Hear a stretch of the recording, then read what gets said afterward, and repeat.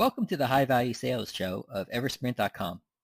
I'm Malcolm Louie, the managing member of Eversprint, and today we're speaking with Spurgeon Robinson, the president and CEO of MPACT Strategic Consulting, a business advisory and consulting company that delivers solutions that empower clients to achieve measurable and significant performance growth. Welcome to the call, Spurgeon. Great. Thank you, Malcolm. Thanks for having me. Spurgeon, you grew your company's revenue from $613,000 in 2014 to $3 million in 2017, a 389% increase, and in 2018, you hit about $8 million. But before I ask you how you grew your sales so fast, can you briefly share what your company does beyond my quick intro and how your company differs from the competition? Yes, MPACT Strategic Consulting operates in what I consider a very niche market. Our primary service line is emergency management and disaster recovery. What we do there is we assist federal, state, and local entities to respond to, and recover from natural disasters, large-scale natural disasters. Those include hurricanes, tornadoes, wildfires, etc. So we have to have not only a national presence, but also local capabilities to assist these agencies to recover from these types of devastations that hit our continental U.S. and other territories as well. With that, we've developed unique service and capabilities to manage federal grant funds to enable not only homeowners, but also municipalities to repair public infrastructure and improve it for long-term resiliency and recovery. So that's the model that we operate on, helping and assisting these local, federal, and state entities to direct resources so that they maximize the resiliency and recovery efforts from these massive storms. Secondly, we also have a service line that also focuses on compliance and monitoring, labor compliance to also structural compliance, and meaning that we look at ways in which we help those who are rebuilding or need compliance assistance, or making sure that the quality control metrics are there, making sure that people are paying proper wages, could be in prevailing wage instances or Davis-Bacon related activities, to making sure there's also integrity of products and supplies that are being used on either construction projects or infrastructure projects as well. So with that oversight and capability, we've developed unique niches on how to help agencies, but also private sector entities deal with labor compliance, minority and women-owned business compliance and goal setting, policies around that, as well as been some of the things that we have a unique niche in as well. And finally, we moved into transportation mobility. And with transportation mobility, we're helping entities help design innovative solutions or implement their solutions for helping people move through these large urban areas. And so it's a kind of new and innovative stretch for us, but it's with recent clients, we're helping them with their strategies and their implementation plans around how to make mobility and transportation in these mobile or in these major hubs, I should say, possible. Can you share some details on the size of the government agencies and the size of the private sector companies that you work with? Yes, we've been fortunate. We work with some of the largest states and local governments. Of course, we're working with the federal government, but also large cities such as New York City, New York State, state of Texas, and also smaller municipalities such as Baton Rouge and New Orleans or San Marcos, Texas, which are small local entities that have less than 100,000 in population. So because disasters can range and hit and impact any coastal region or therefore any large or small city, we have the ability to be able to be flexible to support their needs as well. In the private sector, we're partnering with team and we work with large entities such as TxDOT, but also other private industries such as AECOM. We're partnered with Tetra Tech and also entities as large as Dewberry. So both who have a national presence as well. So we teamed up with a number of different large corporate and global partners to actually provide and perform our services with. Cool. Very cool. Now, when you say you help agencies with disaster, do you help them proactively, have them be prepared for them, or are you coming in after the fact? Yeah, so we're actually what we call full scale and then whole disaster recovery model. So everything from planning, which is the start of it, and preparedness, which is prior to any incident happening, all the way to what we call response, recovery, and then resiliency. So the whole facet of disaster recovery, we actually are able to provide to our clients. So helping them identify and plan and prepare for disaster, all the way through the recovery and response and recovery and resiliency phases of it, which is being able to help pull things and build things back together pretty quickly, get continuity of business operations to actually be unveiled to all the way through the recovery and resiliency so that when these disasters do happen again, they have but much smaller impact to the community. Now, how would you say your consulting practice differs from your competitors out there who are trying to offer the same things to the private companies and to the government agencies? So us being a small company, which I think is a benefit, we're flexible, but most importantly, we hire people that have specific grant management, as we call it, experience. In other words, they've done this for multiple years. Our team averages about 15 years experience in actually helping entities and state and local entities recover from these large-scale disasters, as well as preparing for them and doing the planning necessary. So we have a group of practitioners that really specialize on are focused on how do we plan and how to respond to disasters better, faster, and more efficiently so that we're serving the impacted survivors more efficiently and making sure that they're getting back either into their homes quickly or businesses are up and operational. And I think that's one of the things that we have been able to define a niche around being small, nimble, and flexible. Some of the larger companies, this is only a small portion of what they do. In fact, some of our partners like AECOM or Aptum or Tetra Tech, they have larger engineering footprints, and a portion of that is disaster recovery. Our firm, a major portion of our business is disaster recovery, emergency response. So that's one of the things that our clients value is the fact that we are very tailored toward meeting their needs. Right. Now, can you share some details about how you were to grow your business from 600,000 or so in 2014 to 8 million in 2018? A lot of hard work. No, I think the most important aspect of it is relationships and what comes from those relationships and the quality of our work, right? So we built a reputation that has been based on the value we provide and the quality of work we provide. And with that, we develop partnerships with larger entities. So we grow when they grow as well. So both those strategies of not only having capabilities and competence and the ability to bring along resources at the right time that help us fulfill that growth. Those are things that are very strategic for us. But it all starts with making sure that we have quality work so that we're recommended by other states and other entities to other clients, and we get the opportunity to actually win their work and win their trust and then win their value. And by partnering as well with the number of different entities that we do, and like I said, we partner with a lot of other colleagues in this industry space, they have a trusted firm that they believe provides that specific value that we do with our niche operation and our capabilities to allow them to expand and grow their customer base, with the same sense brings us along with them. And quite honestly, too, I'll tell you the last, especially a couple of years, we've had 4 major storms that hit the U.S. And with the folks of our business model, that's also attributed to a large part of the growth we've seen because we have unprecedented storms that hit us in 2017 from Puerto Rico, Florida, Louisiana, and Texas.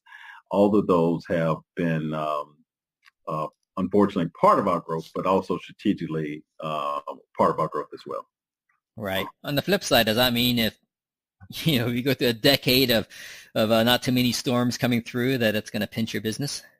So it'll have some impact because a large percentage of what we do, but that's also the gift of us also being expanding our service line, our diversity of our service line. So from emergency management and disaster recovery, we grew into compliance and monitoring. And from compliance and monitoring, we grew in transportation and mobility. So we're also building a pipeline now that has multiple revenue streams so that we're not so dependent on emergency management and disaster recovery. Having said that, I think as we continue to see our population grow, We are seeing larger scale storms. For example, think about even historic California wildfires this year. These things are becoming larger, more historic, impacting people that are moving now into what would have previously been rural areas. Now they're housing and homes and infrastructure there now. And so we're going to see a consistent, I think, need for our types of services in emergency management, disaster recovery. But with that, we're also diversifying ourselves because of some of the expertise we're gaining through this recovery effort to move into other work core services that we think are also beneficial to growing our business and sustaining our business model as well. So let me recap the drivers of growth that you mentioned to me. 1, relationships. 2, quality of work. 3, partnerships. And 4, which not entirely in your control, 4 major storms hitting the U.S., which gave you opportunities. Is that about right? Yeah, that's pretty much an accurate assessment of how what has fueled our growth going to this point. Okay.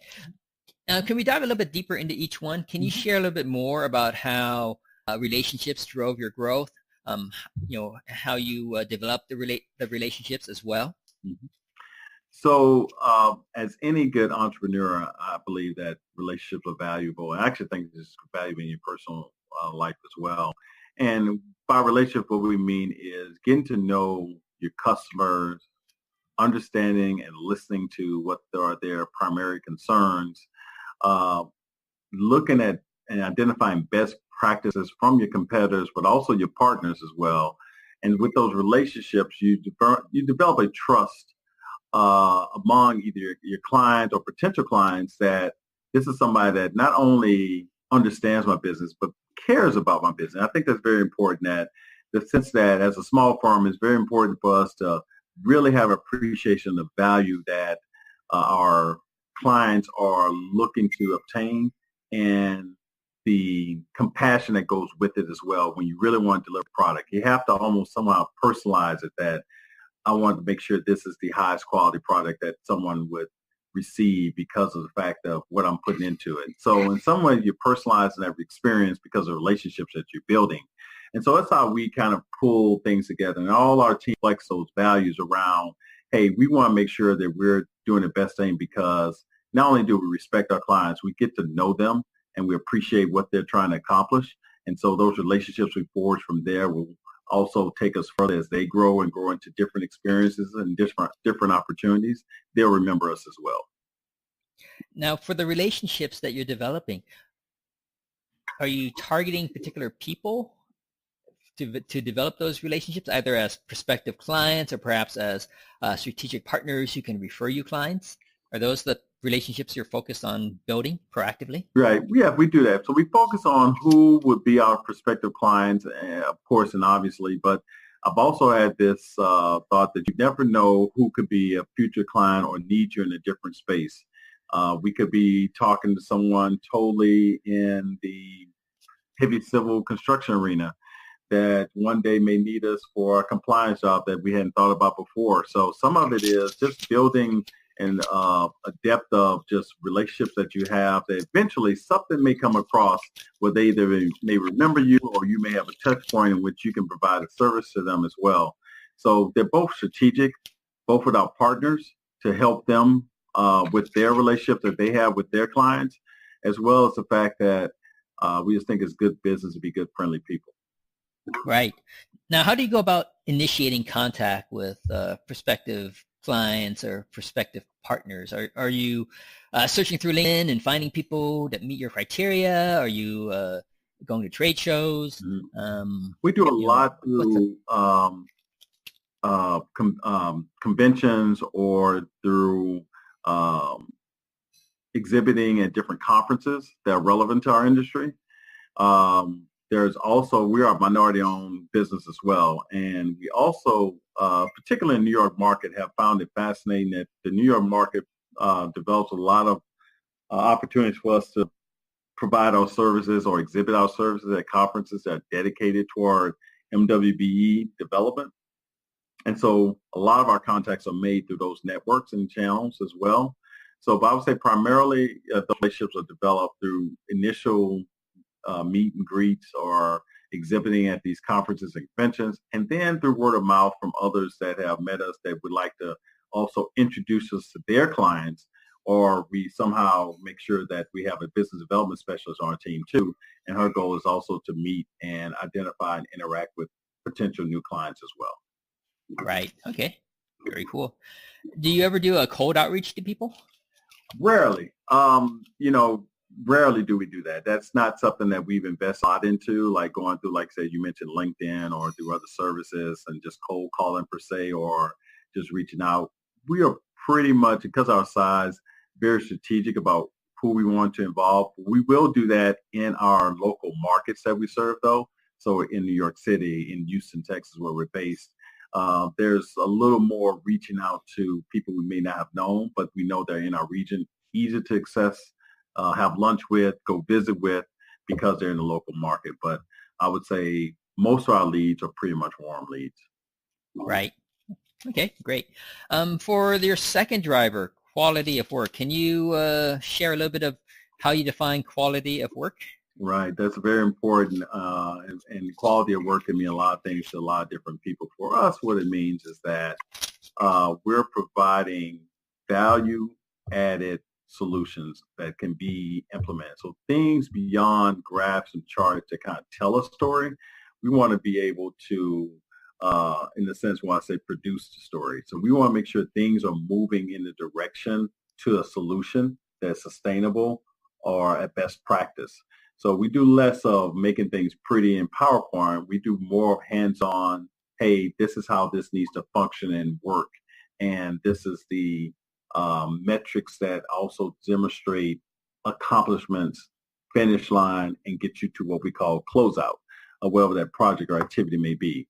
So the quality of work is making sure we're accurate, making sure that we are timely, that we have thought about consequences of different strategies that we approach, so we have a good recommendation basis, and that we're, at the end of the day, either answering the question or what we call completing the job. So those are things we look at as high quality, making sure that the work that we perform achieves a measurable result that we get to in a very efficient manner, and not just making things look quote unquote pretty on paper. It's about, hey, did this actually get what I need to get accomplished? Right. Totally understand that.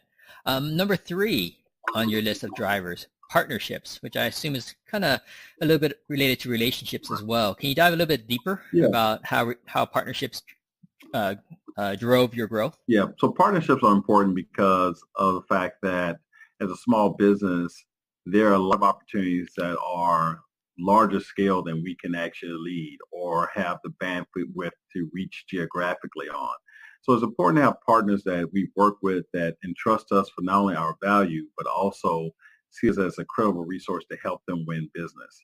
So our partnership strategy is to identify those that either have a geographic presence, a relationship that they've acquired and believe, and then making sure that as we team with them and partner on them with projects or solutions, that we're adding value to their composition of that team as well. We're not duplicative. We're not trying to take business away from them. We don't try to poach their clients, etc. We try to work in a team environment where we're trying to still accomplish one thing: the right solution for our clients in a high quality fashion.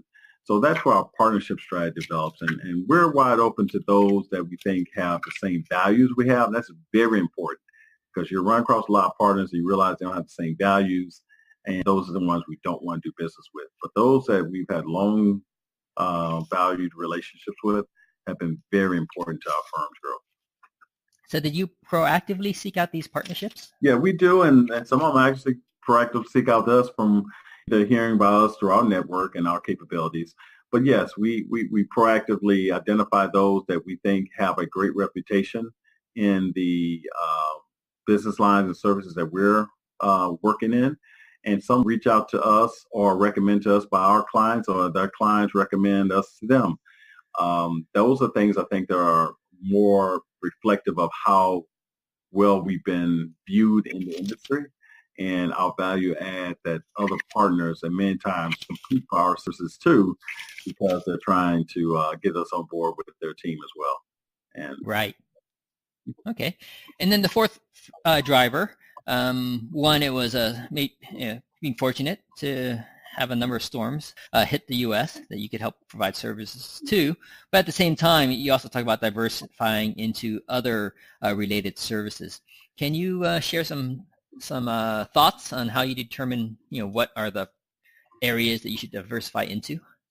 Yeah, so like I said, with emergency management disaster recovery being such a large volume of what we do, it's just as important to identify what are the core competencies we develop by doing these types of activities. So the interesting thing about disasters is that they impact every facet of our daily lives as citizens as well as professionals. So whether it's our work, whether it's the infrastructure that we are using, bridges, roads, dams, highways,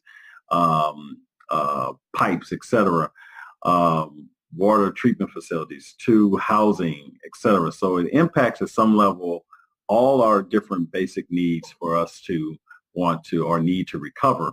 So with that, we build competence around construction management oversight, around infrastructure design, cost estimating, inspections. We build housing and case management outreach services as well that are important to make sure that we're communicating with the survivors or impacted families and citizens. So with that, we've developed some core competencies around compliance, understanding federal regulations, understanding how to comply with them, what documentation is important, how to make sure that the quality of work is as specified per the program design. So those things we develop. So how do we then transition that to private sector where they're needing to rebuild in certain areas and they have other federal requirements on top of that? Could be MWB participation, could be local hiring, could be Section 3 contracting, could be developing a strategy around their MWBE participation. So with that, we've also been able to develop those types of core competencies as we've launched into emergency management disaster recovery. And then from there, we talk about the infrastructure. So you're dealing with vertical and horizontal infrastructure at times in New York City, subways to other types of transportation and mobility solutions. So how do you now be able to provide what you've learned in compliance and monitoring to help enable faster, swifter resiliency efforts around, subways, transportation, work with the aviation industry and making sure that they have continuity of business operations in line with the major event that may happen. So these are these core competencies have rolled into these other service lines that we're actually actively pursuing and have been fortunate enough to engage in as well.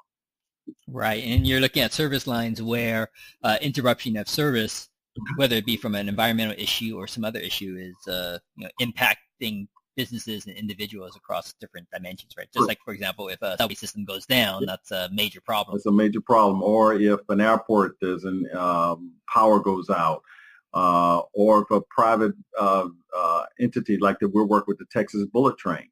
What happens in an emergency situation on board a high-speed rail that's going at 200 miles an hour? Those kind of things. So that's a private opportunity, right? So we also look at the private sector and helping them design solutions. It could be American Airlines trying to determine what happens if one of their terminals goes down, what kind of response they need to have there, what kind of security methods they may need to be in place. So we look at all these different things as, they may have started from us being confident and understand emergency management response and recovery to how we apply this not only from the federal space, but also to the private sector. Right. Now, looking ahead a little bit, so for 2018, your company generated $8 million of business. Mm-hmm. What are your targets and plans for 2019? So we would like to hit, like I said, we don't want to think of 18 as being a leap year, but somewhere it was. But we'd like to grow to at least be another about $10 million company. So we still want to have sustainable, good growth, both for the fact that I think we have to be smart about it. One is that you don't want your revenue to get so far in front of your back-end infrastructure that you become so misaligned, or you become wasteful, or your quality is deteriorated. So we're very careful and mindful of balancing how fast we grow with the infrastructure need and the resources that we need to enable this growth and fuel it. But our focus is still going to be growing in our other service line. We think we'll continue to do more work in emergency management, disaster recovery, but we also believe that there's also opportunities for growth with a lot of the building that's going on and infrastructure building that's going on both across the country, for us to focus on compliance, our monitoring capabilities, our oversight, quality management capabilities as well. And then transportation mobility, as we spoke about, is a very important sector. And we believe that now more states and local entities are looking at transportation as a factor in their growth and managing their growth and traffic patterns, accessibility to those different things, to enable them to build smart cities, as well as hubs within their inner cities now where people can work, walk, and play within the same 4 or 5 mile radius. So we're looking at things like that to enable solutions to help us define how we grow. And last but not least, we are a federal 8A small business. A lot of our growth has not been through our federal 8A tool, but we're investing heavy in that this year as well. We think that's going to help us achieve some unique benefits as well by focusing on, we're into year 2 of our federal 8A designation. So we're really at the point where we're going to launch in efforts to help use as a contracting vehicle and opportunity vehicle for us to grow as well. Now for the federal 8A, I'm not familiar with that program. This has been a program where it makes it easier for the government to engage your company services? Yes, it does. It's actually for small businesses, and it's a designated program where you only have 9 years in the program, but it allows the federal agencies to set aside specific contracts for 8A classified vendors to do work where they can directly contract with the federal government. We can also use that with our partners and very large partners as well, as long as we perform a certain percentage of the work. So that enables us to grow, enables the federal government to provide resources to us to get contracting opportunities. So it's a very unique program that's been they can be very beneficial if used properly, and that's what we're looking at to help us fuel our growth this year. So for the other areas of growth that you're talking about, of course, you want to do more emergency disaster recovery management. You're talking about going into municipalities and governments on the transportation mobility side. Now, I take it this will all be new business for you, as opposed to more business from your existing clients, right? Yeah, we anticipate 50% of our growth will be through new business. Okay. Yeah. What's your plan for finding the new business?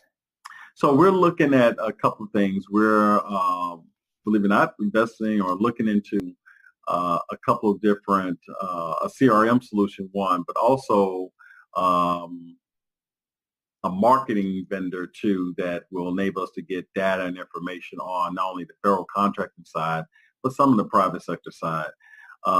Those are the things that we're looking at as far as tools that we would be able to implement this year and considering implementing to enable us to be more efficient, but also track and gauge the quality of the types of opportunities out there for that fit our needs. Right. So once you have your database of key people to contact at the federal side and also on the private sector side, what will your team do with all that information? How would they do the outreach and make the connections and win the deals? Mm-hmm. Well, our whole team to figure it out for me now. But the part of the role, that's a good question. The part of their role will be to help vet that out. And then, a combination of two things. It'll be relationship driven to find out who we know that may be at these different entities already, either through a partner or other relationships we may have in-house. And we found that to also be successful. Once again, it's more of a warm lead.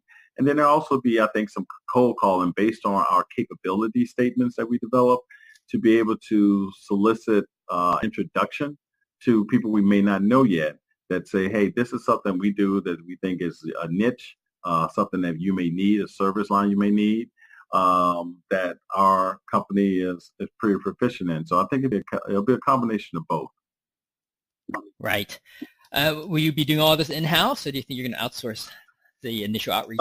There's going to be most of it in-house, but there is a component, for example, our federal 8A marketing, not necessarily, some of that will be outreach, outsource, I should say, because of the systems and tools that are available from external resources, but also some people that are very proficient in this space that sometimes it's smarter to outsource that capacity. Right. Okay, good. Now, in terms of the risk that you see in your business or in your industry, what trends do you see that are occurring that could either be to your company benefit or perhaps be to your detriment, and you want to get out of the way of those trends? So we operate a lot with federal, state, and local government. So changes in regulations always can be an impact to our business and our business lives. So we have to be very cognizant of what impacts any changes in either federal law, state and local laws may have to our services and our offerings and the importance of those things. Those are some of the risks that we primarily look at. We also look at the fact of a market that is has a very low unemployment rate, right? And so capturing new resources to help us fuel growth so we win the business, right? We have to have people that can actually perform on a job, get trained in our environment. And so we're bringing on a lot of new people too that have to get integrated into our culture and how we do things. So, our risk is growing too fast where people are not properly trained before they set foot out into the field play. But we're getting our hands around that too. We think that we're getting smart on how to do that. But that is a potential risk of us, is just availability of resources out there and the type of resources for what we do. And the competition for those resources as well. Those are things that are risky for us. And last but not least, I think another risk I always look at is, I think our most important thing is our reputation. And so we have to be consistent with that across all the different geographies we're in, where we have remote employees that, have to be integrated into our culture, and how you maintain that with having a number of different people spread across the country. Right. 3 last questions for you. First question, what's the one sentence that best describes MPACT Consulting? MPACT is focused on making you the greatest entity and provider in the country. And we do that by partnering with you to offer solutions that are valuable to your clients and customers. All right, fantastic. And question number 2 and number 3, who are your ideal clients, and what's the best way for them to contact you and your company? Our ideal clients are those who value solutions that are pragmatic and innovative, that actually delivers a result that you can measure. Those are our ideal clients. And I apologize, what's the last question? What's the best way for them to reach you and your team? www.impact-consulting.com, but MPACT-consulting.com. That's the best way for them to reach us, find us, engage with us, and hopefully, ask their peers and partners. We think we have a great reputation, and we try to maintain that. Fantastic. Thanks so much for joining us today, Spurgeon, and sharing how you accelerate your company's high-value sales. Great. Thank you very much, Malcolm.